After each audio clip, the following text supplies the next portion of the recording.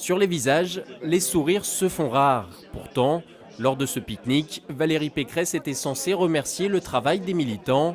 Mais l'objectif de la députée des Yvelines est en réalité tout autre, retrouver l'unité. Je pense qu'il faut à la fois nettoyer l'UMP de toutes ces affaires qui la salissent, et en même temps il faut renouveler profondément, renouveler les idées, renouveler les personnes. Et aujourd'hui cette réunion, si elle attire autant de personnes, malgré la pluie qui nous menace et qui tombe sporadiquement, c'est parce que nos électeurs ont encore envie d'y croire.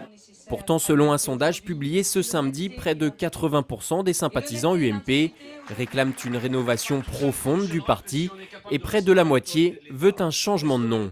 Ils sont tout de même venus nombreux sur les pelouses de Jouy-en-Josas à croire encore en l'avenir de l'UMP malgré les scandales. Extrêmement déçu, d'autant que tout le travail qu'on a fait sur les idées, bâtir un programme fort, a été battu en brèche par la survenue de cette crise. On va s'en sortir évidemment, mais on a besoin, je crois, de se rassembler sur nos fondamentaux, sur nos valeurs profondes. Face à ce chaos interne, François Fillon et le candidat déclaré à la présidence de l'UMP, Bruno Le Maire, n'avaient qu'un slogan, le renouveau. Les militants en ont ras-le-bol des divisions à la tête de l'UMP, ras-le-bol.